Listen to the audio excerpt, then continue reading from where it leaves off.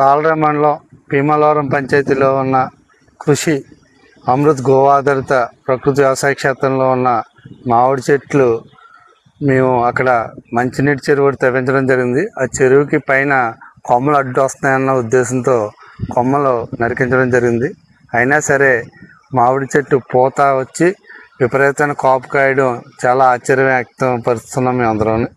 ఈ విధంగా మొత్తం మామిడికాయ చెట్లకు కూడా మేము ఎటువంటి రసాయనాలు ఏం వాడలేదు, ఓన్లీ కషాయాలు వాడుతూనే ఈ ప్రకృతి వ్యవసాయం చేస్తున్నాం. పిండి నిలబడడానికి మేము మీనామృతం ఒకసారి స్ప్రే చేయించాం. దృశ్యాన్ని చూడడానికే చుట్టుపక్కల పరిసర ప్రాంతాల నుంచి కూడా అందరూ వచ్చి ఆశ్చర్యం వ్యక్తం చేస్తున్నారు. అలాగే కాపుకు సంబంధించి లాస్ట్ ఇయర్ అయితే ఏమీ కాయలేదు. ఈ సంవత్సరం ఈ యొక్క మార్పు మాకే ఆశ్చర్యం కలిగించింది.